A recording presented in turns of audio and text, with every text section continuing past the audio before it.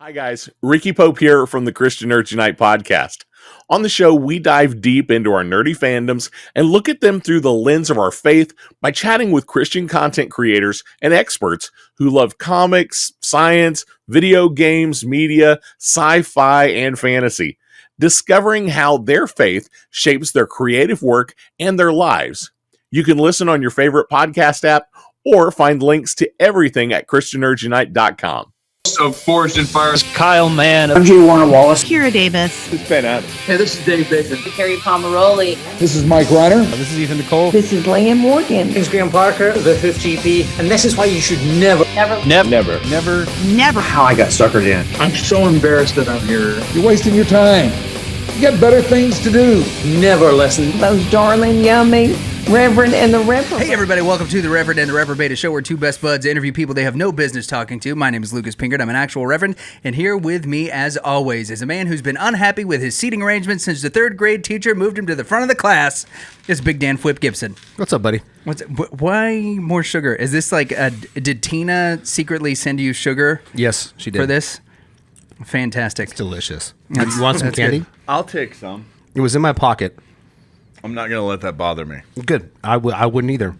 I would. I eat it right off the floor. I don't care. I've also seen like how much you sweat walking down a hallway, and I do not want something from your pocket. You shut up. You don't say that. I don't That gets in sweat. the shirt, though. That's a shirt issue. Yeah, not that- a It's just a panty shiny issue. shirt. It's just a shirt. What's all that dark gray on your shirt? Shiny. It's a hypercolor shirt. But yeah, what's going on, man? Not a whole lot. Today with us is marriage expert and Why'd you professional just comedian. move right on past that? I don't want to talk about myself today. I'm just because On the Good Today show. because I'm boring. You're not boring. I'm super boring. Just ask Camden's boring. grandma. She's so tired of hearing me talk. We'd had Camden on, the guy we were talking This is about. Isaac Witty, Isaac everybody. Yeah, Hi. he's Hi. returning to the show. Who's Camden? He's our producer. He's the young man. Oh, yeah, that guy. He's the Okay, young yeah. man whose grandmother said in response to viewing his episode that Lucas talks too much. Yeah, she did say that. I liked it, but Luke, you talk too much. She's like, you talk too much. She gets enough of me on Sunday morning in the sermons. She's done. Right. Fell down on the ground laughing. I don't remember the fall. I do remember the laugh. I was exaggerating. I heard it. It was delicious candy. I'm going to start what rating kind your of candy drawer. do you have I right got there? some jelly beans Okay, this is the Starburst jelly beans. and What's sweet the tart. hard Oh, It's still sweet. Easter. Yeah. We got to get through this Easter candy. It's We May. do. Yeah. So I'm helping you. I do appreciate that you didn't bring any dots into studio today. There weren't any that I I could find. threw them away. They're disgusting. How dare you? the- What do you think about dots? Dots are... The little Are they like gumdrop. jelly beans? It's a little No, gumdrop. it's like a little. Yeah, it's the worst candy. Imagine the worst candy. That's Just what imagine dots are. on Candyland, the board, I there's don't- a gumdrop Oh, kingdom. wait a minute. Yeah. I know what you're talking about. Gumdrop. There's a whole land filled with them. They're I'm not crazy disgusting. about Would them. that be heaven for you or Purgatory. or heck? I don't like them, but I would take those over Peeps. I'm with you. Oh yeah, Peeps for are sure. gross. The only thing peeps are good for is peep jousting. You ever done this? No. You know? Do you know? You guys know about this? Have you heard about this? Peep jousting. No. Wow, what a great crowd. Yeah, what a great crowd. What a great audience. So with peep jousting, what you do is you take two peeps and you shove a toothpick in them, and then Yeah. you put them in the microwave, and whoever's peep doesn't pop is the winner.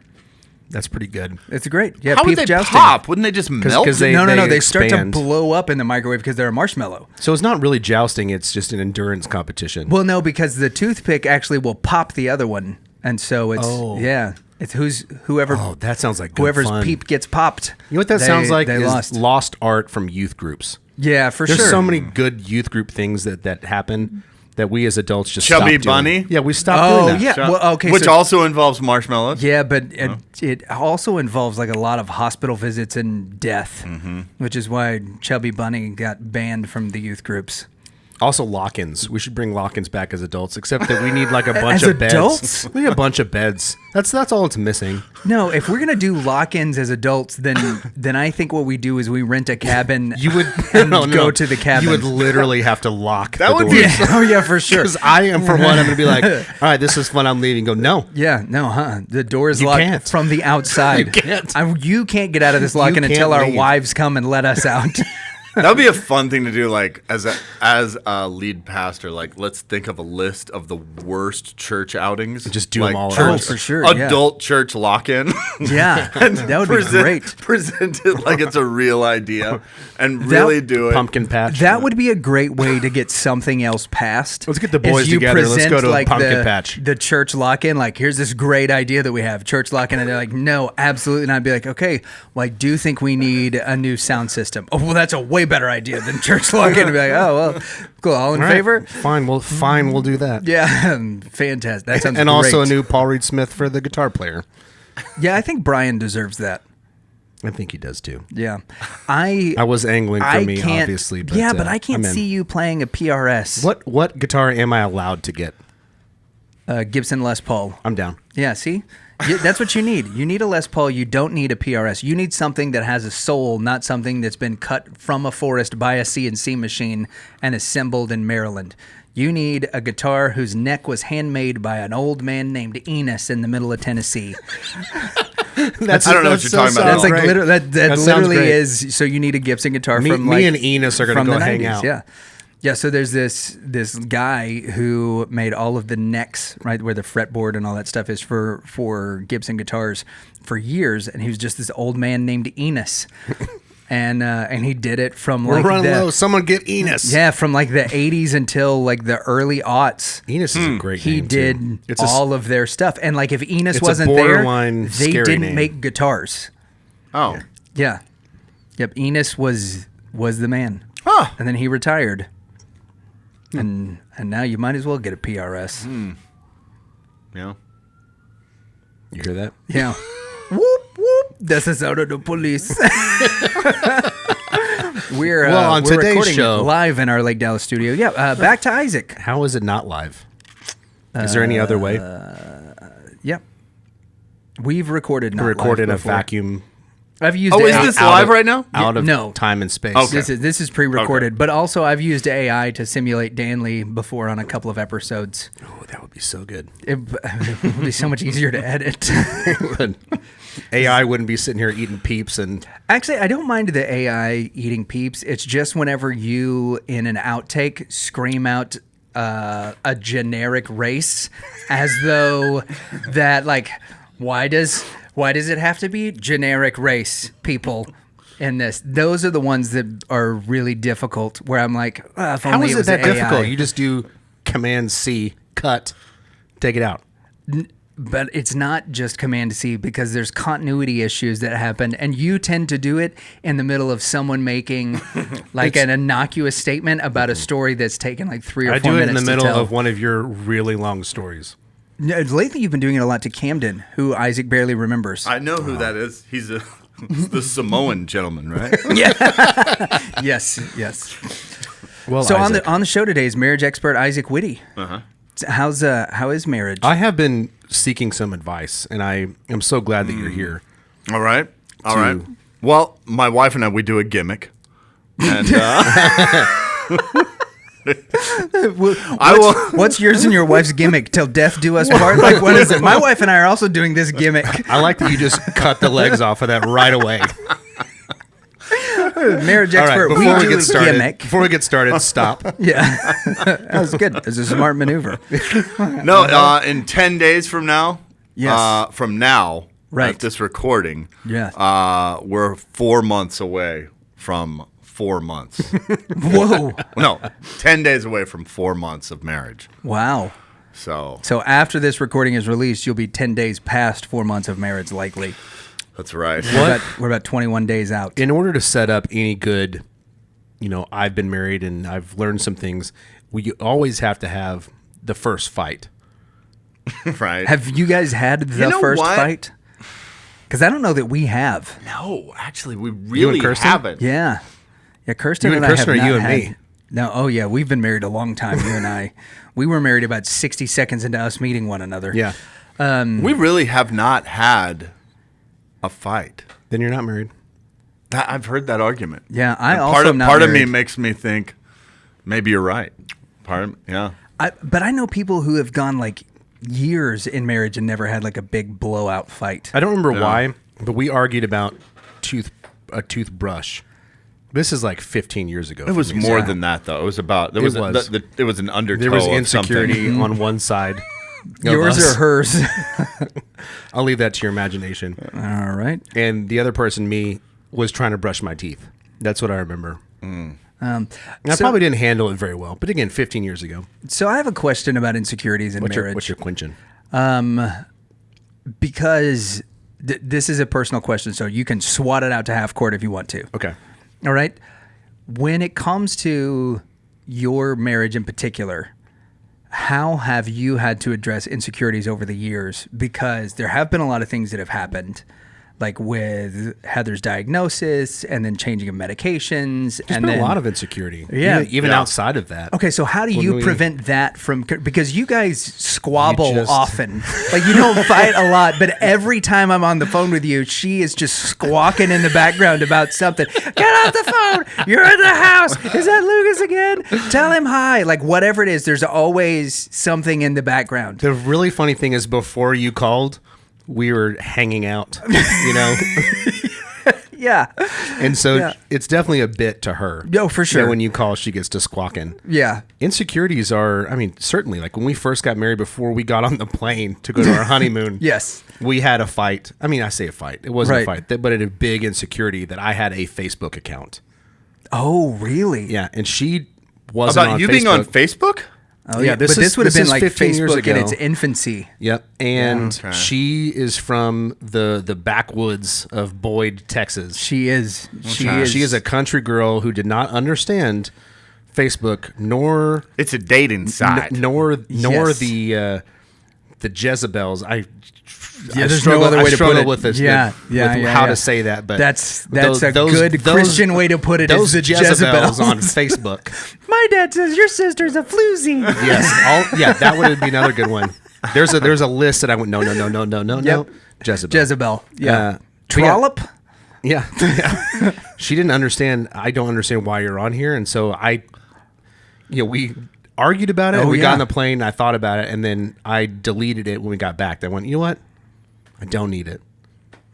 Yeah. How old were you when you got married? And then she got a Facebook account. Yeah, and then she uses it. Yeah, she does. She uses her Facebook account. Often. Not for floozies. No. I was 23. Oh wow. Okay. She was 21. Yep. We were young. Would you ever? Young.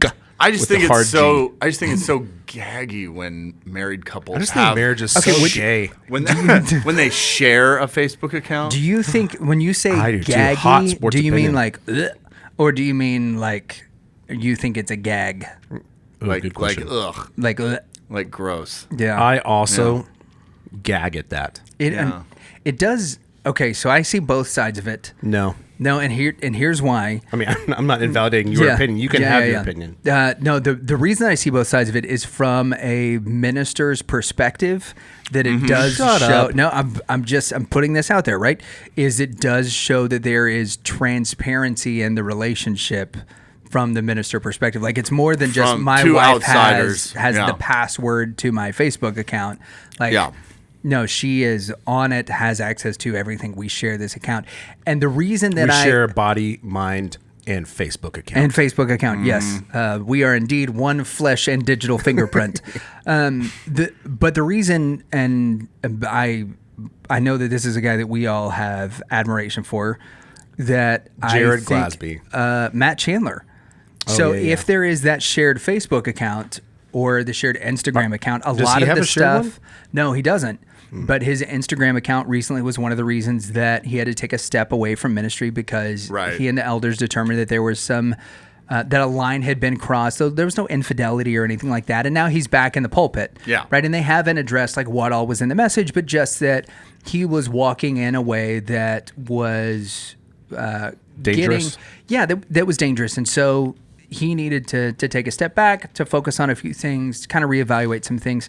And He was venturing into And Floozy move. Land, maybe which is on the way to Gumdrop City. It sounds like, to not speculate too much, it just sounds like what he said is that the relationship became too familiar in such a way that it was inappropriate for two married people to be having these conversations. But we should also make very clear that his wife knew that they were having this conversation. That lady's husband knew that they were having this conversation. There's all this of these was kinds all of out things. in the open. Right. And then when the church talked about it, they did. He's been restored to ministry. He's back in the pulpit. Right. So there's not like this wasn't a huge scandal by any stretch of the imagination. But all of that is prevented when there's this shared account. Because then it's less like she knew about the conversation and like verified she had access to all of it, read all of it. Are you advocating yada. for it, or are you just kind of playing devil's advocate? Like there I'm is some playing benefits. devil's advocate. Yeah, less playing devil's advocate because I don't think the devil needs any more advocates. I think he's got plenty of them. But more just kind of explaining like the reason from a ministerial perspective why it's important. I also can see it from some of our friends who have struggled with addiction, especially like those who have struggled with pornography and those types of things. Sure. That when you have that shared account, that now all of a sudden like your preferences, the reels and videos and sponsored posts and things that show up are much, much different, and it forces that true. kind of transparency and accountability. I don't want a shared Facebook page with my wife, Right. But I do understand if you're Mainly 'cause of all of ministering the in those kinds crafting? of things. Now, see, so Kirsten's not a crafter. She never has been. She told me at the I was just beginning when speaking we got generically married. about the ladies. Well, the ladies like the crafting. what she has gotten into recently is homesteading stuff. She's in the midst of creating a hydroponic garden in our house in order that we can grow lettuce all year round. In the water? In the hydroponics, in the water. This water lettuce. Yes, not the devil's lettuce. Lettuce is mainly water too. Yeah, True. so there's that, but she also has started to look up, and all this is like post baby, right? Because before the baby, she's like not interested in crafting. I'm like, oh, I'm gonna make some broth at the house and put it in these mason jars, and she's like, why? We can buy it at the store. That's not a great impression of my wife, but I loved it. But yeah, now, you're right. It's yeah, not. but now she's like, that oh, also was a hey, generic impression. we can can things. And now she's interested in, Did you know in this is canning possible? and jarring and all you of can this make stuff. your own jams. But also, I'm not interested in seeing any of that. Yeah. So, yeah, it's not crafting stuff. Now, all of a sudden, my wife thinks she's the pioneer woman. Yeah. Like, so Danley and I came from, like, playing music together. Yeah. And, With and the Goo Goo you're dolls. Nope. Opening for somebody and playing for somebody are different things. Mike but always says that. Yeah, I know. So, mercy. I'm sorry. Go ahead. I'm so derailed by that. But the thing is that we had this experience where there are a lot of people that we encountered that were doing things within the Christian realm because they got more recognition than they did in the secular realm. That people with moderate talent could become really popular within the Christian realm if they were very friendly. Yeah. And that it really didn't matter. There wasn't a lot of, I guess, peering into like what this person believes, how strong is their faith, like those kind of things. They could just kind of get away with it because like, no, they're super friendly and they're pretty good. So yeah, like send them to another church. And there wasn't a lot of like looking into their faith. Are you finding that's, but not again, like not to put you in a weird place, but do you think having come from like the secular comedy world and now into the Christian comedy world that you've seen some of those same types of things over the course of your career? Of people that you're saying, Essentially like people that like faked faith in order to make. What is common, and there, like it was funny. I went to where I met Kristin, my wife. We met at the CCA conference. The Christian not allowed Comedians there. Association that Dave Pendleton won't allow us to be a part of. Yeah, we're not allowed. We've been blackballed. Yeah, we're blacklisted.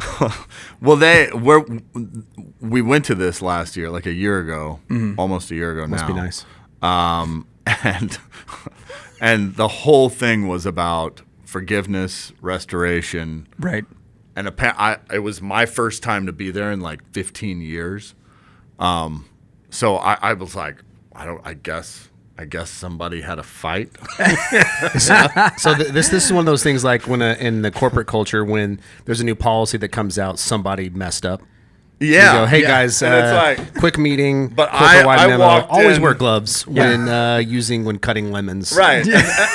And the wear gloves meeting was right when I showed up. was, Like, I right, guess. gotcha. Forgiveness, guys. We're talking about that for all day today. For all day today. Oh, we How talked about it important. for 3 days. Oh, wow. Talked about it for 3 days. Forgiveness. And Shonda Pierce must have called somebody a ninny.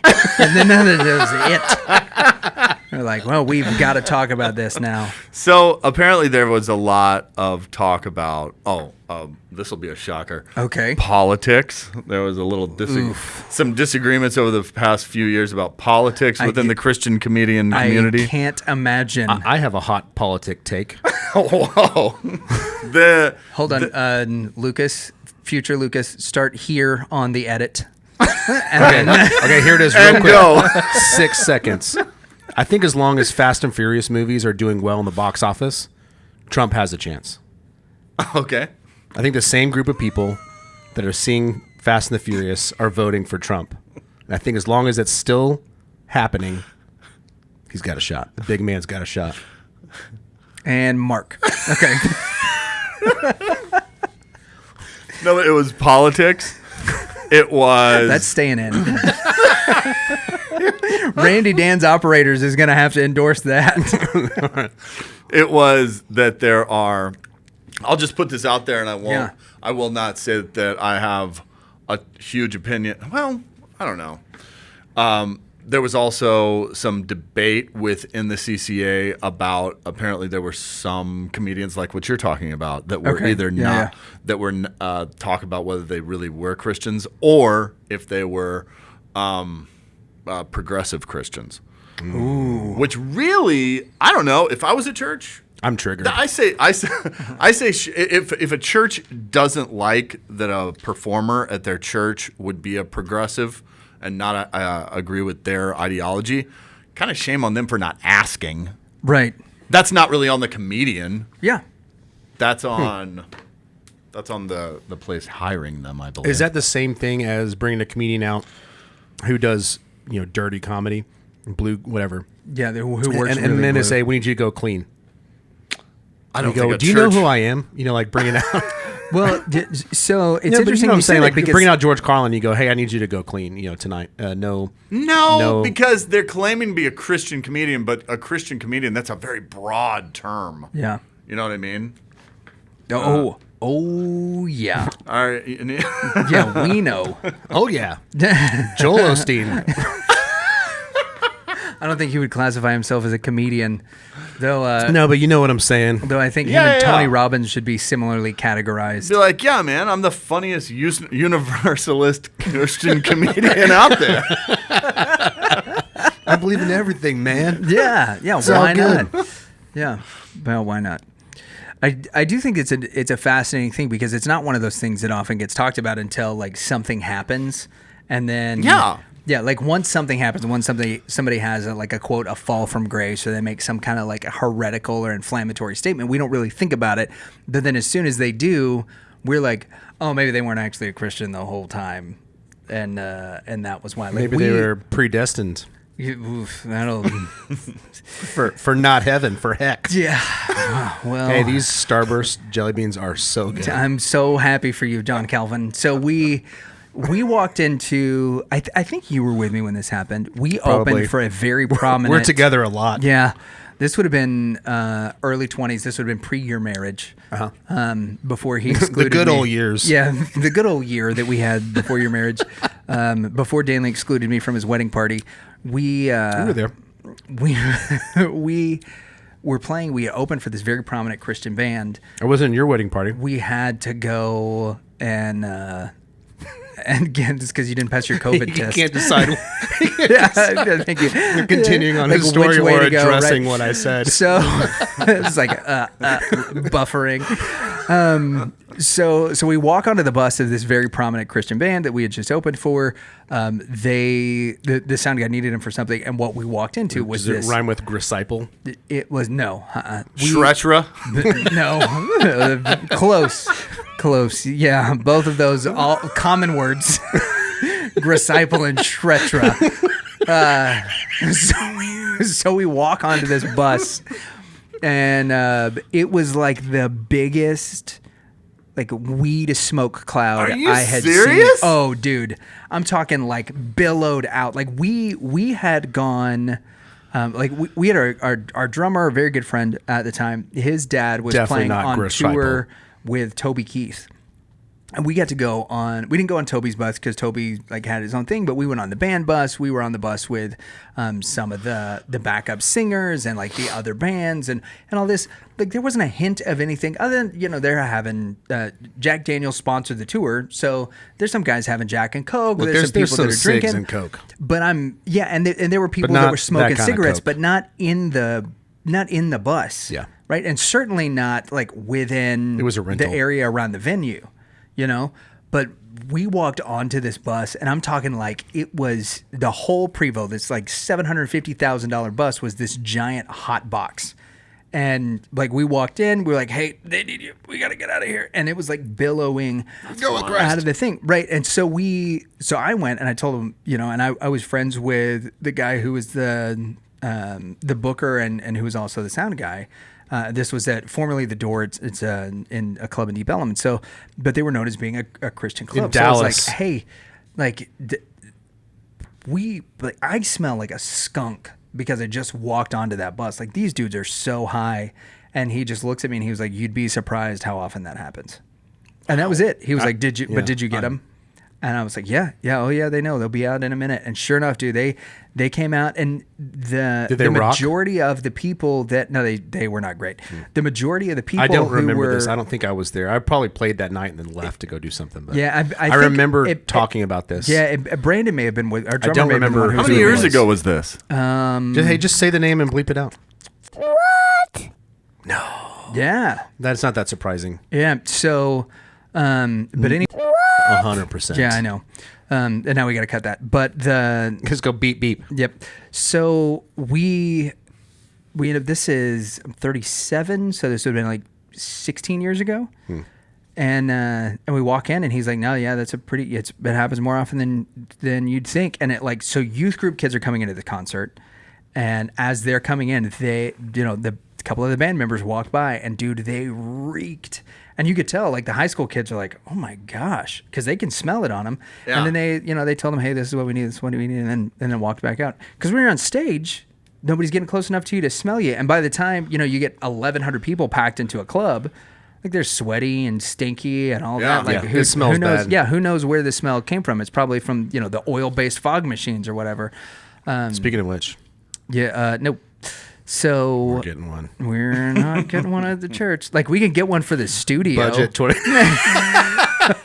If you want to, I'll let you pitch it to the church after you pitch the lock-in. yeah. That's when you pitch the fog machine. You pitch the adult lock-in and then the fog machine, and then Instead of chairs. and then the third thing that we pitch will be the thing that we actually want after they nix the two bad ideas. Yeah, I love it. See, there you go. I'm game for this. I'm fine. I don't need a fog machine. Yep. So I do want one. Isaac, that said, like is that? Oh, they would hate it. Is that something that you've kind of had to deal with or an experience that you've had? Because like again, you were very big in the secular world in the comedy. Oh, I was. You don't give us false I was. humility. I was not. I had success. Yes. I had some success. I was not a household name or anything like that. Okay, but your version of some success is more success than what 95, 96% of comedians get. I don't know the percentage. The biggest thing I ever did was I was on the David Letterman show in 2004. Okay. I was Yeah. on. Gosh. And it was hosted by Tom Green, by the way. What a hack you must be. You made it on the David Letterman show. I love me some Tom Green. But it's just that's something like it's whenever it's said, I always like to push back on that a little bit because Sure. it makes it feel like I wouldn't want to lead people to believe that I was selling out theaters or anything like that. I wasn't doing that. I was working comedy clubs Only on a 'cause I regular wasn't your basis. manager. I was doing colleges all the time. But I was a huge cokehead back then, so I was putting most of it up my nose. How was Letterman? He looked a lot like Tom Green. No, I mean like whether That must have been the cocaine talking. Did you get any delicious cheese? Yeah. What was that? What was that experience Green like reference. going to the Ed Sullivan Theater and all that stuff? So what happened was I worked a comedy club I haven't told this story in a long time. Okay, cool. We're happy to be the first in a long time. I worked a comedy club called the Skyline Comedy Cafe in Appleton, Wisconsin. I featured for a guy named Eddie Brill. Okay. Who for years, he was the crowd warm-up guy and the comedian booker at Letterman. Like, super cool guy, really nice guy. Eddie Brill. I just heard about this guy. Oh, really? Yeah. Yeah, he's really a great guy. I think you're thinking Robert G. Lee. Actually, Robert G. Lee would know He would know Eddie Brill. He did all of the comedian booking for Letterman. Yeah, for years. I think for years. Are you sure you're not No. thinking about Tommy Moran's friend? No. Barry Katz? The show that I was talking about before you went off on a long story, the new podcast I've been listening to, they just talked about him. Talked about Eddie Brill? Yeah, it was Shane Gillis. He talked about him. That makes sense. He What knows are the everybody. odds? What are the odds? Seems pretty good at this point. Pretty good if you're talking to If you're talking comedians. about Letterman in the Everyone knows 90s. Eddie Brill. Yeah. But he was headlining and I featured, and he asked me to start sending tape. That was back in the days before the internet. Whoa. Back when you'd make. This is before Facebook, before I got in trouble. Yeah. I would. Before I Bob made it. Dole, Al Gore invented it. I'm sorry. I'm done interrupting. Al Gore had already invented and lost to the election, which he claimed to have invented the internet during in 2004. Also before global warming. This is definitely pre-Man Bear Pig. Oh, I'm sorry, But I apologize all right, profusely. so he Please forgive me. He told me to send him a tape. I sent him a tape. He said, I like this joke and this joke and this joke. Send me a tape with those 3 jokes and fill the time with other jokes. And then after, I think that happened 3 times. And on the 3rd tape, he said, that's the set. Now just wait. And so I waited for 2 weeks, 3 weeks. Oh, wow. And then my phone rang. And What did you do in those 2 or 3 weeks? Yeah, like, are you, like, anticipating this call? Like, are you waiting by the phone? I knew that I was next in line. Okay. So, It's just a matter of time. Were you in just a matter of time. NYC? no, I was living in Minneapolis. No. And so one day I got a call. Twin Cities. That's right. He was in the left twin. Which is funny that Dallas-Fort Worth doesn't get referred to As at the all. Twin Cities? No. In any way. No, they are. We're not the Twin Cities. They The are, buddy cities, They are nothing. versus each other. Yeah, Yes. it kind of feels that Yeah. way. Oh, it is certainly that way. But also, don't come after Fort Worth and don't come after Dallas because Fort Worth will come get you or Dallas come get you. Yeah, But we're also- only allowed to go after each other, and we Yes. both gang up on It's Houston. like brothers. It's not twins. Yeah. It's differently born, different times. like brothers. Irish twins. Yeah. Like, yeah, we're born within the same year, but we want our own attention for our own things. But if you mess with him, It's like Jacob and Esau. It's similar. watch out. Yeah. Dallas and Fort Worth. Yeah, exactly. And Fort Worth is the one with the fuzzy arms that decided to give up everything to Dallas for soup. that would be a very Fort Worth thing to do. What kind of soup you got? Yeah, we would like this airport. Would it's you really want, good. Do you want this pair of boots? Oh, them ostrich skins. Some good looking boots. This is good. Yeah, take the airport. Okay, so you're in Minneapolis awaiting the call. So I was in Minneapolis, and one day the phone rang, and Eddie Brill said, let's see, he said, you can do the show tomorrow, which would air Friday. Now just know, Dave is not going to be the host. It's going to be someone else. We don't know who yet. Yeah, because he had some kind of health issue that was going on. No, it was in 2004. He just, I don't know what his reasoning Just needed a was. break.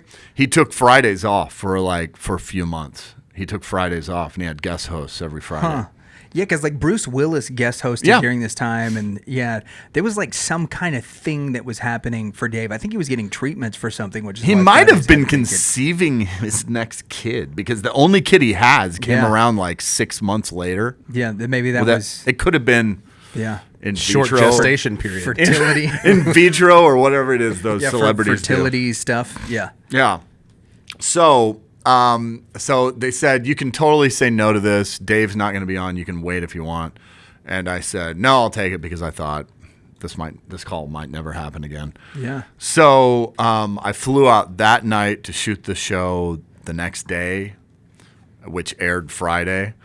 So it's pretty cool, actually, because I flew to New York, did the show Thursday, and then Friday morning I flew to Dayton, Ohio, where I featured for Mitch Hedberg Friday night and Saturday night. The late So great. Friday night, when it aired, they showed my set after Mitch's set, and I was there with Mitch Hedberg watching my Letterman set. Isn't that weird? That's crazy. So weird. Wow. Okay, so that seems like a very surreal moment. Yeah. Yeah, to think back on that now, it seems like, wow, there was a lot of stars that aligned. What did he say? I just remember him being complimentary, and we did not hang out much that weekend. When that Dayton weekend, he and Lynn stayed to themselves that weekend. Lynn is his did wife, his widow. Oh. Yeah, Lynn's his wife. Yeah, but they then it was like, see, that was my second time to work with him. I had worked with him in Austin before that, and I kind of worked with him at Acme in Minneapolis a few months before that, because he's the one that allowed me to do guest sets, which got me my good tape to send to Eddie Brill. So actually, Mitch Hedberg's all over my Letterman experience. Yeah, okay, so Mitch Hedberg let you film there. Do guest sets during his week. I mean, Mitch always had the greatest audiences, you know. Oh, for sure. I mean, his crowds were so smart and with it, you know. So we You found would out have to be. we found out that Gilbert Gottfried, outside of being on stage, has a different voice, different speaking yeah, cadence. that he and did. Yeah, he he had a really totally plays. He different plays voice. it up. No, Mitch talked exactly like that. That's Really? what I was getting at. Mitch talked exactly like that. The same cadence. The and- last thing he ever said to me was, I offered to pay for something that he had paid for all of. And I go, you don't have to pay for all this. And he goes, Isaac, since the last time we hung out, I make a lot more money. Okay, so Wow. this time you're we talking about where both you guys love watched. Mitch Hedberg too. Yeah. So this time that you guys hung out where you watched your Letterman tape together, was that the last time that you hung out with him? No. The last time I hung out with him, Did you call him Mitch? Yeah. Oh, you're cool. What do you think you called him Mitchell? No, Mitch Hedberg. hello, Mitch Hedberg? Yeah. Yeah, just first and last Which name always. at the time he wouldn't have been massively big, right? He was not massively big. I mean, he was big in circles. I Yeah. mean, he was huge in the first markets he was huge in were Houston, Minneapolis, because he was kind of from Minneapolis. Well, he did not start in Minneapolis, but he was from St. Paul. Yeah. He was also big in Grand Forks, North Dakota, because this one guy, Chris Lingen, really got behind him. really big in Grand Forks. He was. He was huge in Grand Forks. He really was. At this place, there was a comedy club called the Westward Ho, and he was huge in Grand Forks. He would go there all the time. But so I'd moved to New York, and I didn't know very many people in New York yet. And I was kind of, at that time, I was like really starting to get into colleges and therefore really starting to get into hard drugs and stuff like that. And so Mitch was playing at Caroline's. This was 2005. It was the year he died. Okay, so that's 2005, I think. Yeah, so this is a year after your Letterman set. Mm-hmm. Okay. Yeah. So I was living in New York. He was playing Caroline's. So it would have been a Thursday night because it was St. Patrick's Day. He had just shot the Howard Stern show that morning. Okay. And I remember he was in a really good mood. And after the show, I went down there. Let me back up. I went down there thinking, like, this guy, I'm a huge admirer of his. I'm a super fan. He works with a different person every week. Who knows if maybe he'll forget who I am. Yeah. But to my shock, I walked in. I waited for him at the bar while he walked down the steps. And to my amazement, he not only recognized me, but he also was happy to see me. I was pretty surprised at that. So That's got to be surreal. it was really neat, yeah, that my hero really was excited to see me that night. So we hung out, and he was like, hey, hang out in the green room with us or hang out, watch the show, whatever you want to do.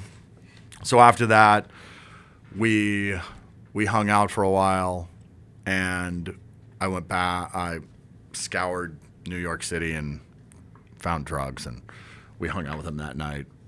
Me and my friend David Lee Nelson, who is now deceased. He died of cancer 2 years ago. Oh, that's But sad. yeah, it was we hung out in his hotel room that night, and it was amazing. You know, we're all just like hanging out with our hero, and then a week and a half later, he died. Yeah, and apparently that was the last. I did a guest set the night after that, which would have been the Friday show. Right. So he did the Friday shows, Saturday shows, the Sunday show, and I heard the rest of the week, like the Strokes were hanging out. Oh, man. And like, had I gone any other night, I wouldn't have been able to hang out with him because I heard the rest of the weekend he was surrounded by celebrities. You get this last kind of like night with Mitch, and then 10 days later, He was gone. what was that like? Because it sounds like the last year of his life, you guys had some pretty impactful moments together. We kind of did in a weird Yeah. way. Like I in no way would say Mitch Hedberg was a good friend of mine or anything like that. We were not close. But maybe you could have been with more time. Good acquaintances, maybe over time, I suppose. Yeah. But we worked together about 4 times, and he was always just so nice to me. And there's a guy doing a documentary about him right now, and I talked to him on the phone recently. I don't know. I was just telling him, like, I don't know how I would really add to your documentary. I was just kind of a guy who worked with him 4 times. I wasn't not like a super close friend of his, but the story of Mitch Hedberg just it sounds kind of like, based on talking to this documentarian guy, it sounds like he was a guy who had a lot of close friends at the beginning of his career, and then as he kept going, he kind of shooed away his good friends, and as he got more and more into drugs, and then he just hung out with people who wanted to do drugs with him, and unfortunately, I was one of those people.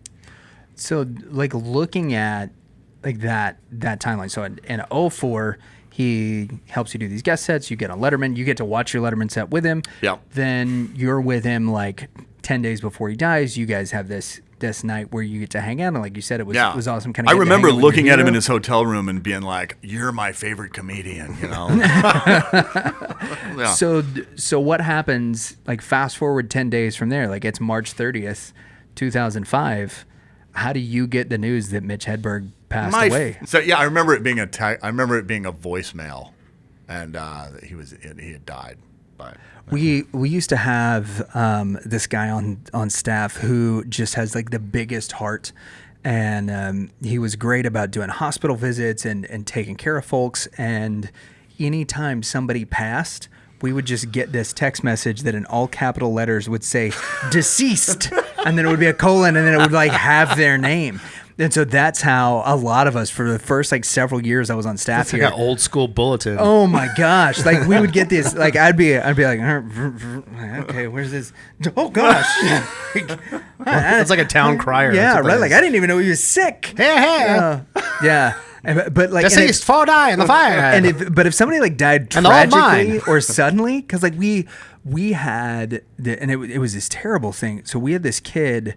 I say he was a kid. He was early 20s, and he was working at a warehouse, and he fell off of there's a lot of speculation because him and the guy that was driving the forklift were arguing that the guy that was driving the forklift had him up like several feet in the air in this warehouse, that he like shook him off because he was mad at him, and that it ends up like the fall kills him, right? And so whether or not it was involuntary manslaughter, like all these things, like becomes this big deal. And so I remember getting the text message about it was that it was deceased, and it had this 21-year-old kid's name. And I was like, whoa. Like, this is not the way, because that text went out to like 15 people, and some of those people were the parents of kids who were really close to him. And so that was when we finally put I was you're not allowed to send out these texts anymore. Like, yes, you can do it, because the other thing was he went and posted it on Facebook. I was like, you need to go delete it from your Facebook immediately, and you can't send out these text messages It's anymore, just because so not- many people just found out like that. text messaging is such a casual way to talk. Right. It is not an appropriate way to talk about someone's death. Is that a generational Unless thing? it's Tom Cruise. Like, is that Like a major celebrity. I also wouldn't be hurt about that either. yeah. Is that how you found out about Michael Jackson's death? Was a text message? No, I was in LA though. Were you really? Yeah. Did you Coincidence? When did they like? I was in LA administering some medicine. I don't know what that's supposed to mean. Like, He killed Michael Jackson. That's what he said. That's what I'm saying. yeah, But no, I was. It was just I happened to be in LA. it was like a 21. It was on TV. salute. It was on TV in a client's home. And I saw it and I went, "Whoa, no way!" Yeah, it's crazy. Wow. Okay, so I have so many questions about you being in LA at a client's home. Yep. I have a We'll whole other package- life. Yeah, we'll package this for later. Yeah. So, do you That think client's name? Tom Cruise. Tom Cruise? Danley was counting his midichlorians. Dr. Kevorkian. Do you That's think- what I also go as? Do you think that is like a generational thing? Because like I think it is. yeah, because we grew up without the cell phone. Yeah. You know, we're the last. I think you're about 10 years older than us. Well, I love texting. Right. So texting. I never want to have another phone call in my whole life. That's not true because you love when your wife squawks at me when we're on the phone. No, I know. So whatever. I mean, it's kind of funny, but I would have done without that. The thing is I can get you to answer your phone. I cannot get you to answer a text message. There are literally times where I would have died. I like it. That's why. Because I want the information, not the conversation. Yeah, you don't want to. You don't want to And be it's not beholden you to a specific. response. It's everybody. I want to know what you need to tell me, and then When it becomes the end of when it our- becomes a problem is when we need a decision from you. Hey Danley, like what do you that. want to I do don't about like that this? either. And then, so if you're gonna be the don't text back guy, turn off your freaking read receipts how do you do that? so that so that we're not just all looking at it saying read for hours. We're like, yeah, I know he's seen this. I have actual hard evidence that he has seen this message and is refusing to answer. I didn't tell my phone to do that, Yeah. So and I did read it. So this actually has pertinence to today, and we'll get back to the generational thing here in just a second. It has pertinence to today because we were talking about whether or not we wanted to bring the lovely Kristin Witty onto the program, and I asked Danley, "Do you want to bring Kristin on?" And We he was have like, a misunderstanding. and I said, you know, whatever you want to do. And then he just left it on red. And then I called him today and he was like, no, this is not my decision. I was like, no, it is. I was like, I do the editing. You get to say yes or no to Isaac's wife. And he goes, and this is what he says. While I'm at lunch with Isaac, he goes, do you want to ask Isaac so that Isaac can make the call? Do you want some more information that I just found out? Okay, yeah. I that you thought, just found and out this is right the now. problem with your two wives having similar names. Is I thought you were asking, should we bring Kirsten on?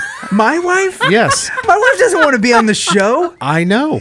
And I went, Their names are spelled completely differently. I was like, if you want to. Their names have one vowel that makes all of the difference in the world. Well, I thought you were saying your wife, and I was like, well, Wouldn't that be fun, viewers, if we all brought our wives with us?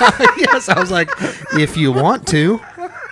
And then I even said, I don't know, why are you making me make this decision? Like, I felt like either she was holding you hostage. No. Or you were like, I don't know. Kirsten doesn't want to listen to the show. She definitely doesn't want to be on the show. So, mystery solved.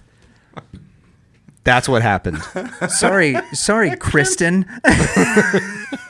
Danley didn't want to tell you no, so he made Isaac do it. Which I think that's not what happened. So you really thought it was Kirsten? Yes. There's no way. Yep. What is in that giant nugget of yours other than just air and space? Lots of other things. Secrets. Jelly beans. Secrets. Yeah, jelly beans. That's where the Starburst jelly beans go. They're up there fighting the Peeps Sweet Tarts right now. Yep. Yeah. They're all just looking for the dots. Okay. But for the first time ever, your wife would be like, I want to be on the I show. do want to be on the show. She wants I to be know. on the, and of all people with Isaac, somebody she sees a couple of times a week, she's like, you know whose episode I want to be on? I don't give enough time with Isaac. I also thought it was odd. We're that you were getting a asking. sitter. I also thought it was odd. I was like, sure, if you want. I don't know why you're asking me. We're gonna have Leanne Morgan on in a few weeks, and that barely moves the needle enough for my wife to think, you know what? I'll put Levi in the stroller and walk the 200 yards to the church to go see Leanne Morgan. Yeah. There's no way she wants to be on. No offense to Uncle Isaac, but there's no way she wants to be on with Isaac. I thought she was a fan of Mitch Hedberg. She secretly. barely wants Isaac to come over to our house. She doesn't. Well, that makes a lot more sense. Yeah, now. of course it does. She makes did a lot leave more sense. halfway through the meal last time. And because of the baby, right? and it proves my point that you don't one pay of them needs to attention? change their name. Okay, yeah. It's 2 Ks and then very similar vowels in almost identical order. Yeah. Yeah, there's an I Yeah, and R you're that's like, flipped yeah, at yeah. the beginning. What's and then your- there's a It's vowel at not. the It's end. not that hard. Yeah, it's really not. Yeah, I know. I know that to be true, but it already has caused a problem. Oh my gosh. I don't think we can have either one of mine or Isaac's wife back on. Actually, that's what we should do. We should put Danley on an confusing. episode with Kristin and Kirsten and then just make him, like the whole episode is him just having to address them by their names. I love it. Yeah. Kirsten, That'd be a great bit. Okay, so I do think though that the text message thing is a generational thing because like even though we might prefer to talk over text message just to get that information, like if it's a small piece of information or I quick agree, decision, but I'm saying there are some topics that demand a for phone sure. call. I think for like the younger millennials and for Gen Z, that text messaging is as intimate a form of communication as the phone call is to us. incredibly They're not even gonna- stupid. they're not It's even so gonna text. stupid. You don't think so? No, they're going to talk on Fortnite. You think, yeah, they're gonna Yeah. get it. Well, at least if they're on Fork Knife, then you can hear their voice. Yeah, they're talking over Fortnite. Fork knife. Yeah, we've got a mutual friend who he's dating this girl and they game together, and that's the majority of their conversations that they have. It's not over the phone. It's them gaming together, which is bizarre. I'm calling it. Because I remember when we gamed called together. The discs were going out of style, and we should stop buying them and just get ready for the future of downloads. And I'm calling it now that phones not going to be a thing. We're going to be stuck in a virtual world talking to each other. I could see that. I think that's true. I've happen. heard inevitable. I've heard techie people say that is going to happen. Inevitable. When you Invest think, in fork knife now. when you think of trendsetters, it's Elon Musk, it's Gary Vee. No, listen. This and is it's not Dan about me. Gibson. This is not about me.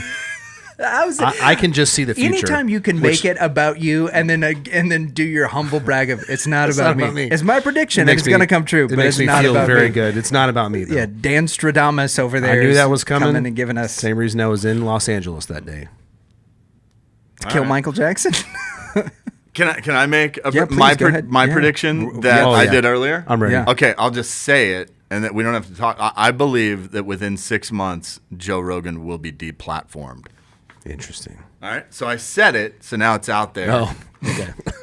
I said it. I'm not backing it up with This is anything. going to become. This is our YouTube short from this video. Is just Isaac going, I believe in 6 months, Joe, and that's our 15 seconds. I And then think that's that they won't want him to be able to influence the next election, and I think that I think wow. that there are people out This is there an who interesting believe that he has too much influence and he will sway people in the middle to go. the Middle East. He'll sway people sway in the the middle. absentee ballots of the Middle East. Yeah. Yeah, you nailed it. Yeah. If anyone knows the geopolitical landscape, it's Dan Stradamus. It's me. No, what I mean is not the ultra left or ultra right, the middle people. The moderates. I the just true see. I moderates. just see pieces moving. He will send the moderates to the Middle East. Yeah. Where they belong. Yeah, Pick a side. Iran. Leave only Iran. your If you're If you're radicals lukewarm, here. I shall spat you into the Middle East. That's in Hesitations. I remember it fondly. So we've learned today that we shouldn't give big groundbreaking news over text message or Via voicemail. text message. We also learned. Go ahead, keep going. Oh yeah, we've also learned that Isaac believes Joe Rogan is going to be deplatformed in 6 months, And also about Fast and Furious. and Danley believes that people who watch the Fast and the Furious will be the reason that the election is swayed one way. Does as that long mean, as the movies are still coming out and they're crushing the box office. I know what you said. So Trump has got a strong shot. I think as soon as they bring one out and there's no one goes to see it. Did you really like this? Was on the Christian Nerd HQ on the download. What was right? This conversation about Fast X, because not this conversation. This is cutting edge. This is a Rev and Rep original conversation. That's right. This is soon to be on CNHQ. So we saw Super Mario take the box office, right? And then Super Mario, which stars Chris Pratt. Mm-hmm. And then Chris Pratt takes it with Guardians of the Galaxy as Star-Lord. And then Groot takes it from Star-Lord into Fast X. And they're all about to lose to Ariel this weekend. Yeah, we'll see about that. Oh, dude, but here's my prediction. I'm with you. Go ahead. Fast X gets killed at the box office by The Little Mermaid. For sure. Well, it's been out for it's been out for a little bit. 3 weeks, right? Couple weeks. No, Fast and the Furious came out this weekend. Yeah, so it will have its 1 week in the box office. This is we're gonna as see, the box office winner. We're gonna see how it does. And if it doesn't do well, it's gonna be blue. If you were green, you would die. No, the election. It's gonna go blue. Based on The Little Mermaid. Deplatforming Fast and Furious. Yeah. I don't think that's deplatforming and dethroning from the number one spot are two totally different things. Yeah. He said as he spat on the table. I'm out of candy. My dental work has made me very spitty lately, and I don't like it. I don't like it at all. Well, Isaac, as you well know, we end all of our shows with a segment that we call Controlled Rowdiness. That's right. Series of rapid fire questions which you can answer with as short or as lengthy an answer as you would like. Expect nothing from us by way of reply or response. There are no right answers, but there are several wrong ones. Make sure not to step on any of those landmines. And to get us started, I'm going to send it over to General Grease. I wasn't prepared for this question. For this question? For this segment. Okay. But I'll ask this. Okay. The Catholic Church. Yes, That's not a question. Yes. Yes, I'm prepared for this. Yes. Do you think it is? Does you think? Does you think that this is not good? That and everywhere like such as that and everywhere like as such as that we don't have holy waters. Is it good or bad that we as Protestants don't have holy water? We don't have holy waters to sip on. Oh, I don't think they sip on it. They don't. That's their problem. They put their They're letting this holy water just sit there in this basin. I've told you my holy water they're story. They're not sippings on it. We got in trouble. Did I destroy that sentence enough Dude, for you? It was pretty close. We got in trouble when I was like 14 at an Episcopalian church, which is like if you don't want to be all the way Catholic, but you still want the smoking handbag I think and the Peter holy would have hand been like, grenade and if all it's that good stuff. enough, then I'm just going to, go all the way with it. No, because only those who are clean only need their feet washed. That's what I'm saying. Yeah, I know what you're getting at. So what happened? I was at this Episcopalian wedding. I was supposed to be an usher for my cousin. I'm gonna make this super fast. And at the back during the rehearsal dinner, my other cousin and I were like flicking water from this water basin on each other. And the bishop kept looking at us whenever he's performing this rehearsal. And we're like, I don't know what the heck this guy's problem is. And then he starts talking to us about, we're going to take communion and all this stuff. And then he leaves, but he called it the Holy Eucharist.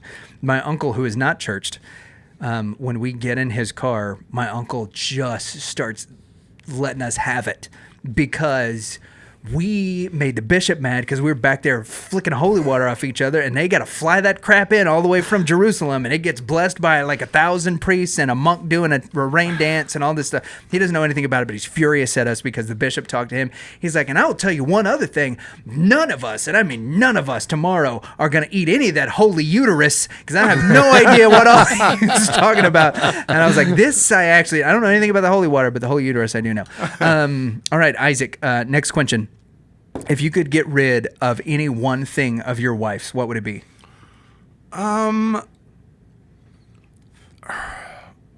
She puts too much peanut butter in her smoothies. And we have our first fight coming up. I do not. And when I tease her about it, how much is too it's much not peanut funny. butter, Isaac? Oh, it's not funny. It's not it's funny. Like I've made the joke of like, oh, are you making your peanut butter milkshake over there? And it's like, it's not funny. I love that. Yeah. I love that. I love that. The duality of a comedian who is also a wife, Yeah. and they, at certain points, Yeah. they don't. Yeah, They clash. there's just not They go, alignment. no sense of humor About that particular thing. about that and others, as you will find. Yeah. And So- I find that hysterical because my wife does So it too. she- That she's very funny, and some things she does not have a sense of humor. Another about, thing and I I will love it. say- What the heck is with women? I don't know. Women, you know what I I don't mean? know. They're the worst. Can't live with them. The other thing that we had a disagreement on was that all of the girls in her family, not just her, Right. all of the girls in her family wear like Temple garments. Terminator sunglasses, Okay. Oh yeah. and they all it's a very they look just like her dad. And I used to tell her all the time, like, will you please This is choose part a, of y'all's set. Right? Yeah, well, it's Yeah. true too. Yeah. And it got a little touchy for a little while. Oh, it's so good. To the point where So it's like the big black glasses. the ones that wrap around so that Like the there's oil mirror rigs from Oakley, over like there. that's what they look like? And her dad wears those, and then she wears those. All her And sisters you just wear accidentally those. grab his hand and he goes, "Hey, oh, sorry." I'm like, you look too much like you remind. That's what your dad wears. So what sunglasses would you prefer her to wear? Girly ones. On the nose. Okay. Yeah, so, like I heart-shaped? bought her these white ones with Yeah. like That's- I was thinking too, sparkles white. on them or something like that. Girls' glasses She didn't are like white. them very much, and Did they not block out enough of the sun? I think that I understand she likes the efficiency of them because from the peripheral the Like you're not talking about like the ozone glasses, right? Does Like this the have to ones do that like with go over the the color spectacles. of her eyes? That they're very white. they're Like, very the they're very blue. Are the They're other very- girls like that? Like they more sensitive Do to they light? also have the eyes of the blue ice white dragon? That's what I'm saying. Nice.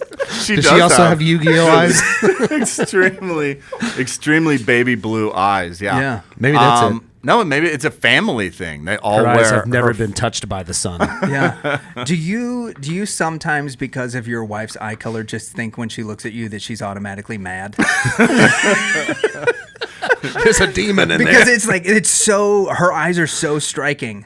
Yeah, that- they are. Yeah, they really are. They're like there have been a couple of times where she's like, because she's doing some things at the church now. She's editing y'all's podcast. Yeah. She looks over and goes, a lot "What?" of your social media stuff. No, she'll look at me and be like, "Hey," and I'm like, "Yes, ma'am." Oh no, she's like, what are you doing? I'm like, "Nothing. I'm fine. I'm fine. I'm in charge. Don't you worry about it."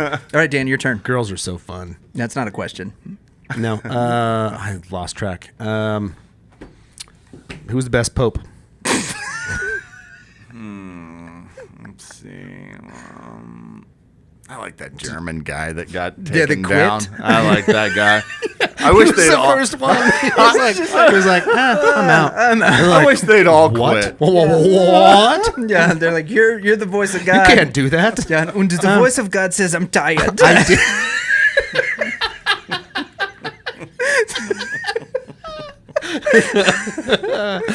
Oh, Yeah. it's so great. Yeah, that makes sense. That makes sense. Why do you believe the maca pot is the pinnacle of coffee making? It brings out the richness of coffee. It makes a low quality coffee like it brings it up a few notches.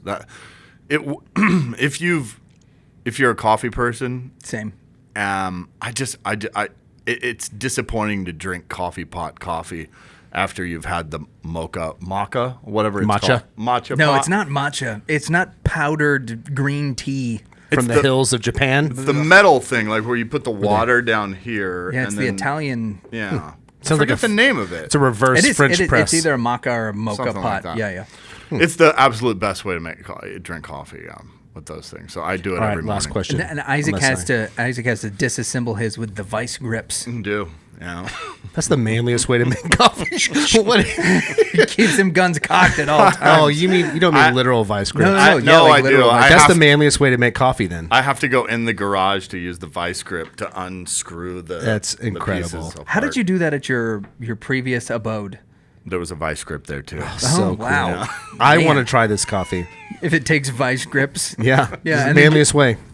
Then you don't wash it out. You just spray WD-40 in it and then throw in the next batch. Every Oh, what a rich taste. Just like fish oil. The main ingredient for WD-40. it's And Mark. I don't know. I don't know if that's arable or not. You'll have to decide. Yeah, I will. I will. Well, Isaac, any parting words of Isaac, wisdom? hold on. Do you think that we keep that? Does you think? I don't think you do. I don't think you do. On a scale of 1 to uh-oh. To a Baptist, I said plus. Okay. We'll keep that so that everybody's like, oh, I wonder what they said. Oh, yeah. You subscribe to our non-existent Patreon to hear that. Yeah. So Follow me on Instagram. That's what I would You're on the say. gram? Yeah. I'm big time on Instagram, you guys. Yeah, you're gramming. Yeah. Why should I get on the gram? You're already on the I gram. am not. I have a thing. What are you on? Nothing really. I want to shut down. I want to shut He's down on all of my so social much media. sugar. No, you don't. See, No, I because you want to be on TikTok. I did not Not want to really. be on I don't really anything. use- Yeah. I didn't want to be on anything. And when I started dating Kristin, she was like, if you're not on social media, it's almost like you're not even a comedian. That's true. It's kind of true. Did that Yeah. did that cut deep? Well, it made sense. I mean, it rang true, but did it cut deep? Yeah, it's so deep that now I'm on Instagram. Yeah. Yeah. You changed your Dead. mind. Yeah, You know what dead. they say is the first cut is the deepest. Yeah. Whoa, whoa, Mark. whoa. So you're on Instagram. What's your screen name on It's Instagram? Isaac Witty. Yeah, ISAACWITTY. Yeah, you'll find me. What, no underscores or anything like that. Nothing Just like Isaac that. Witty. Man, lucky you. Yeah. Everything now is taken. Yeah. Like the next generation is just done. to be underscores and asterisks and numbers. Before we wrap, I do want to end on a sentimental note. Okay. If we can all just put our hands on the table and like, there we go. Is it about me? This will just touch fingers. Okay, so no, one of the ways that we first found out about you was from your now lovely wife, Kristin, and the video that she sent us was like, here, check Isaac out on this podcast. I think he'd be great on your show. And our show is very scatterbrained, as anyone who is not just like listened to our show but knows us would know that there would have to be, right? But the clip that she sent us was one that I found incredibly thoughtful because it was you talking about your testimony, your coming to Christ, like from the background and stuff that you came from, and also like what God has done in your life. And I know we've talked about rapping a couple of times, but I think we would be remiss if we didn't ask you to share that story because I do think it's one that's like super powerful and very, very cool now since we've only known you on this side of it. Right. To just see what God's doing in your life and how he's using you. So would you mind kind of sharing that? No, with us? not at all. Cool. And if you have any questions along the way, let me know. But we're not afraid to interrupt a guest. I was in Los Angeles driving down the 5. I was raised in church, and it never meant anything to me. I did the whole church youth camp. I went to church until I even worked for a church up until I was like 23 years old. I was in church all the time. I moved away from Tulsa, where I was from, and I moved to Minneapolis, and I left God and everything like that behind. Soon after I moved there, I got into drinking, and I started drinking a lot and partying a lot, but nothing hard yet.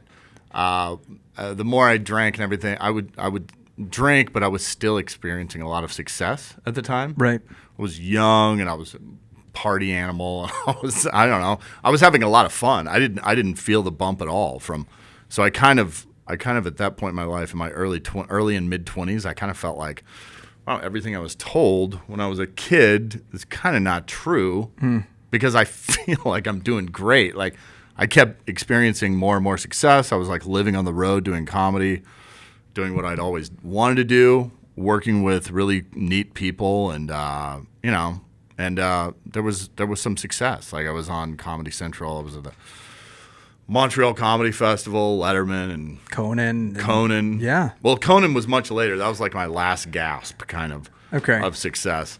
But I got into cocaine a little bit, just kind of a spontaneous decision. I was working a comedy club in Corpus Christi, and we went over the border to I'm not Corpus Christi. We were in El Paso, and we went over the border to Juarez, and I remember sitting at a bar, and this guy was talking to my friend, and my friend turns to me and he goes, "You want to try cocaine?" And I was like, "Sure, we're in Mexico."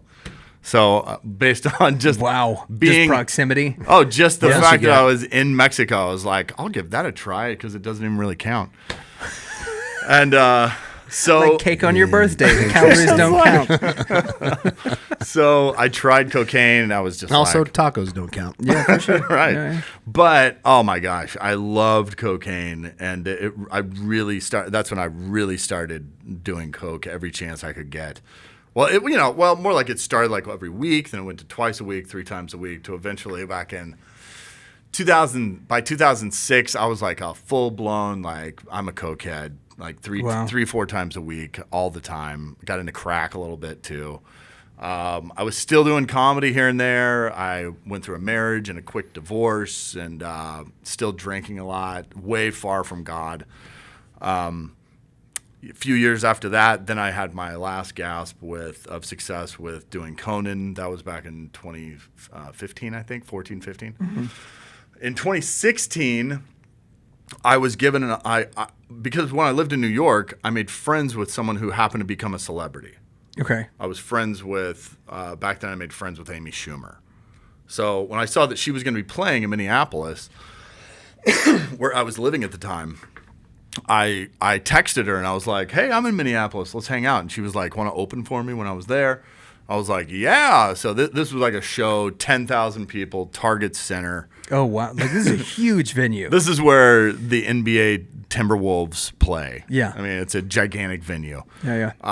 So I went up that night thinking it would be like other times I'd open for bigger names, thinking like this is going to be an easy crowd, like a really great crowd.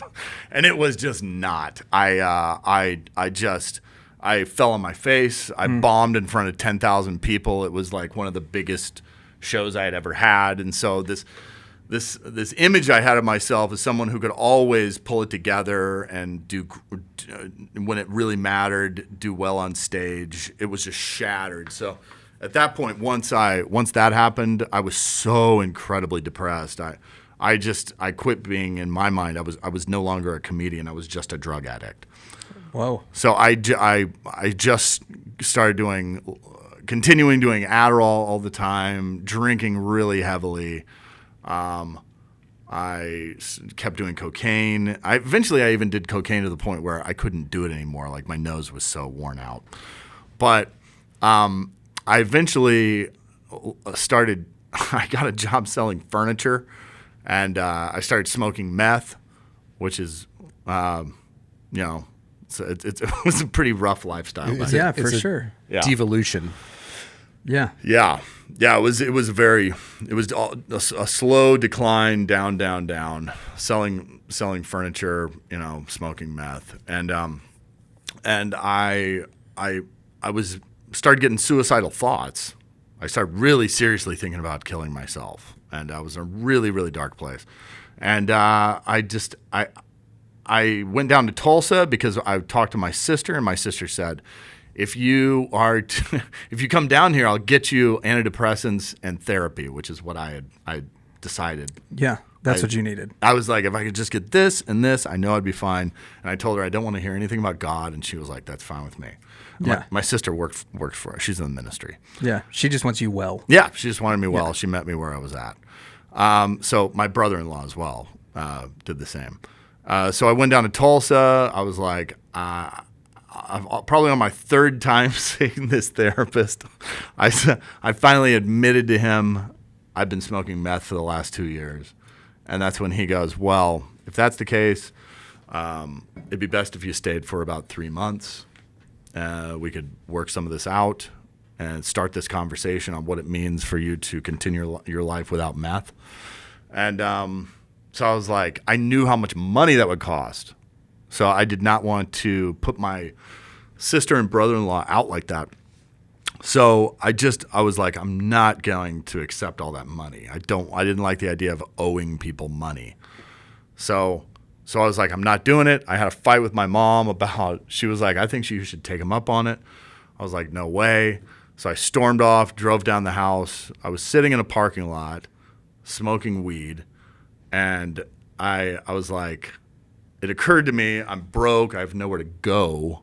I called Hazleton, and I was like, maybe I can go to Hazleton, do it my way, not with this Christian counselor. Yeah. And, man, it's if you think that Christian counselor costs a lot, like Hazleton is like 40, 50 grand. I mean, Good grief, man. For like outpatient. It's nuts. Like it's so I just kind of had this moment where I was like, I have nowhere else to go. I have to accept this help. I will accept help. And when I there was something in my mind when I decided that I was willing to accept the help, something kind of spiritual happened, like a door opened in me. Mm-hmm. And so it was just kind of a matter of time at that point. So I was I was in the car still. A top of the hour news station came on, a news thing came on. And it was something about I think it was about something about kids being hurt or something like that. Right. And I said out loud, I guess it was a prayer, I said, how the F could you let that happen? Talking to God. That was my prayer to God. I used the F word in my prayer. And it was a very angry prayer. It was a very honest prayer. Because that's like the best I could do at that moment. I did not know where to turn, so I thought I'll actually turn to God and I'll say, how the F could you let this happen? And I really, looking back on it, I wasn't really talking about that news story. I was kind of talking about how could you let this happen? It was everything. Yeah. The news story was your excuse to be angry. How could you let this happen and this happen? How could you possibly allow someone like me to end up in a place like this? Yeah. And all the anger and resentment I went at God with, it was only returned with love and kind of an invitation. Okay. And this is how you felt? It was like an explosion in my mind and heart. You know, it was like grace and mercy was poured down on me at that moment. And at that moment, it was like an invitation of, do you want to be with me?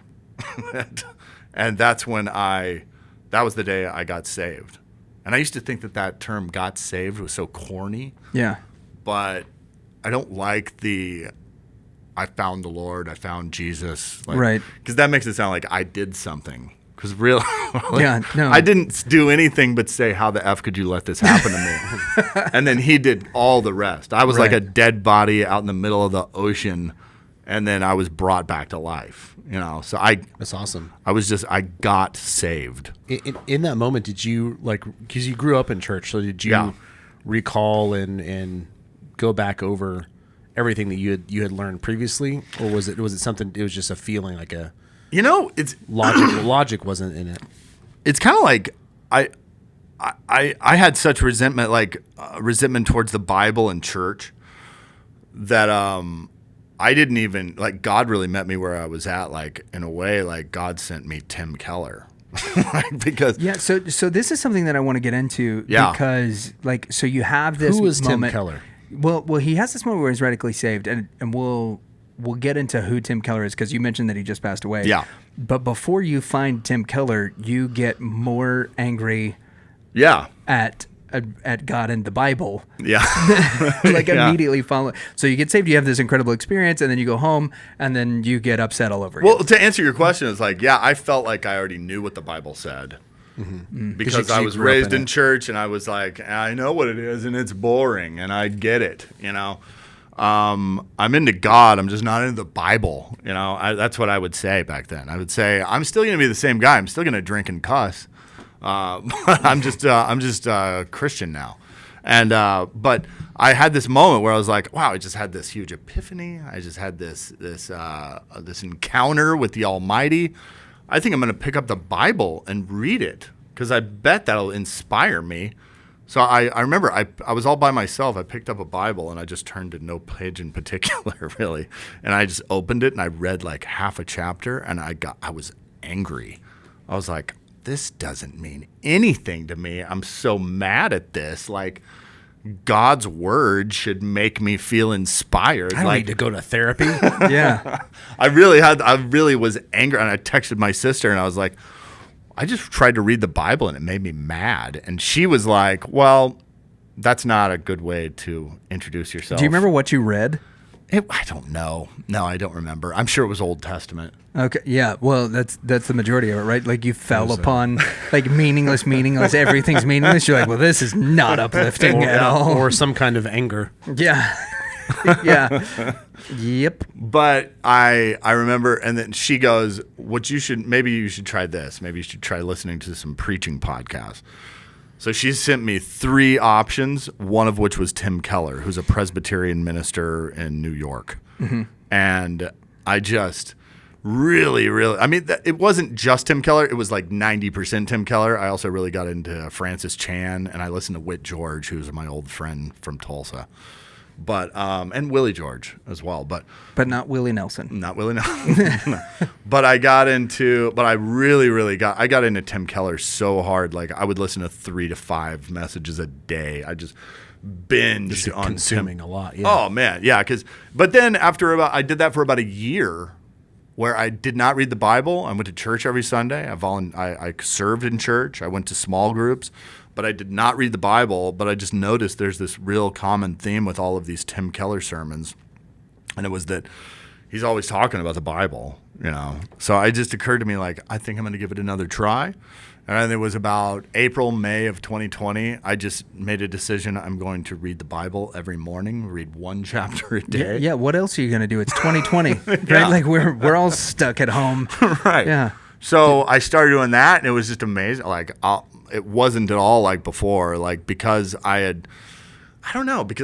spent so much time in listening to people talk about the Bible. Now I was actually mature enough and I was ready to actually read the Bible. And it was just this incredible thing, like where it wasn't like before. Like now, like the words are just exploding off the page, and I'm just really interested in what happened. And I just kept, and now I even love the Bible so much that I'm going to seminary in September. I'm going to start. Wow, that's awesome, man. I'm going to pursue a certificate in biblical theology.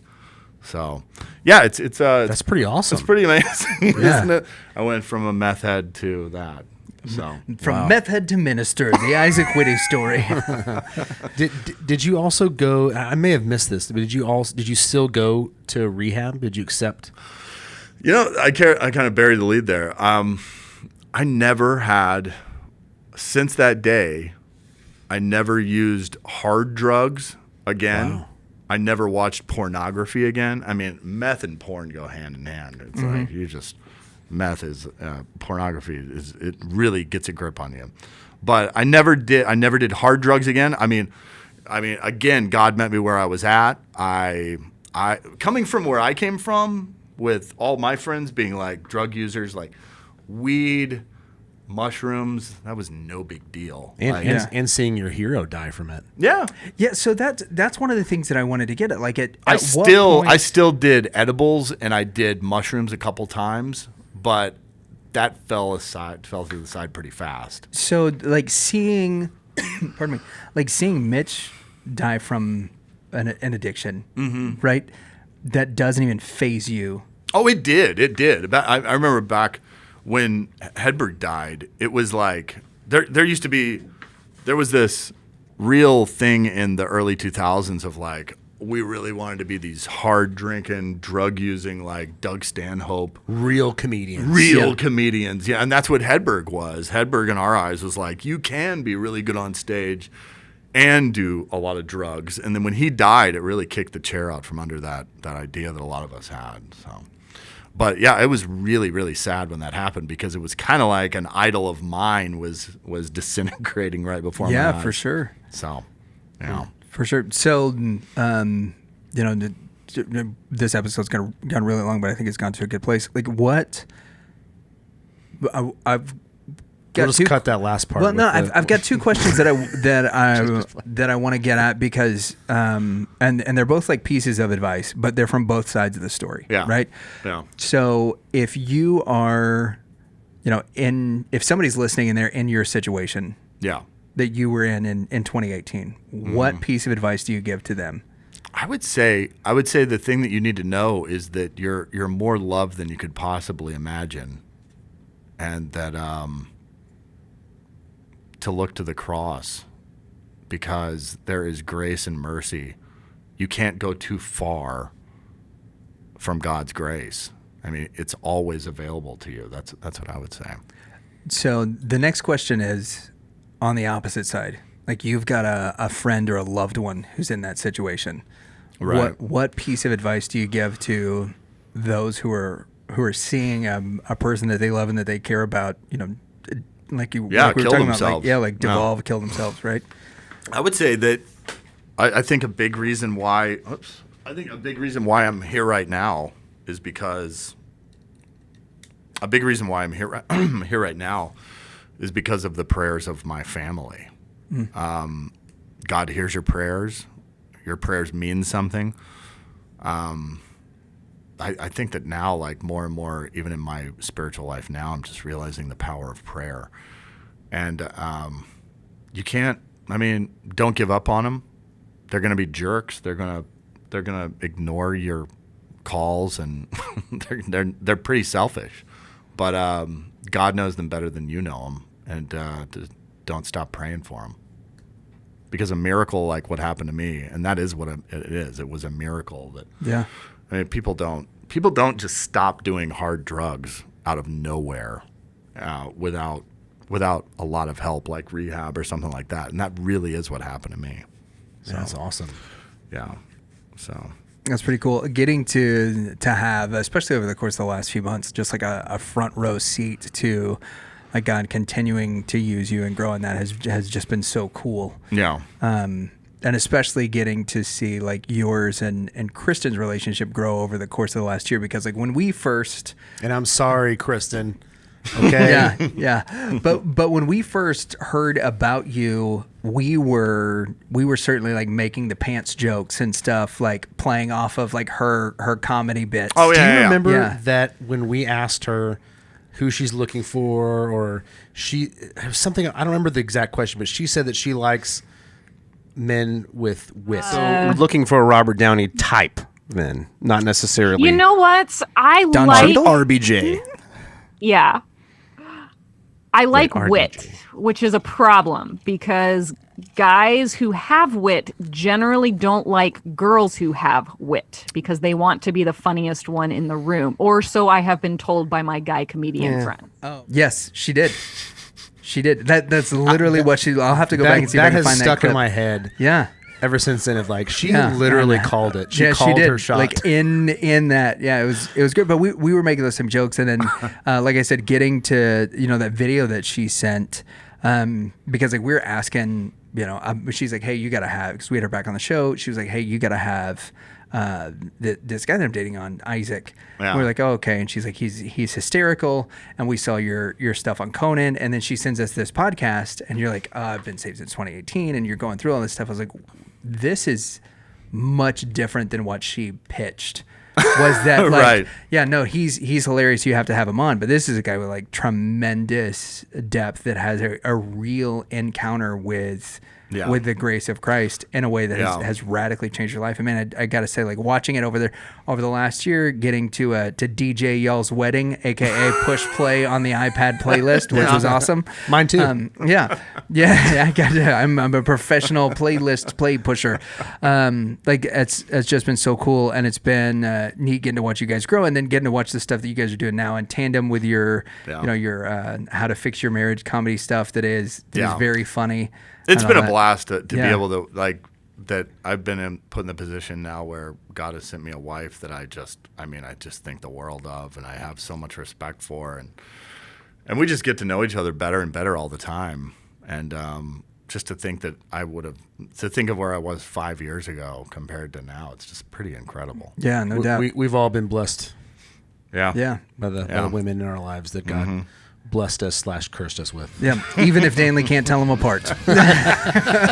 Hey, thank you guys for watching The Reverend and the Reprobate on the Christian Nerd HQ Coming Network. up soon, Kristin and Kirsten, the show. Yeah. Featuring me. Thank you guys for watching. Make sure to like, subscribe, ding the little bell. Check out Isaac's stuff, which is down there in the show notes. Isaac Witty on Instagram and the Witties over on the TikToks.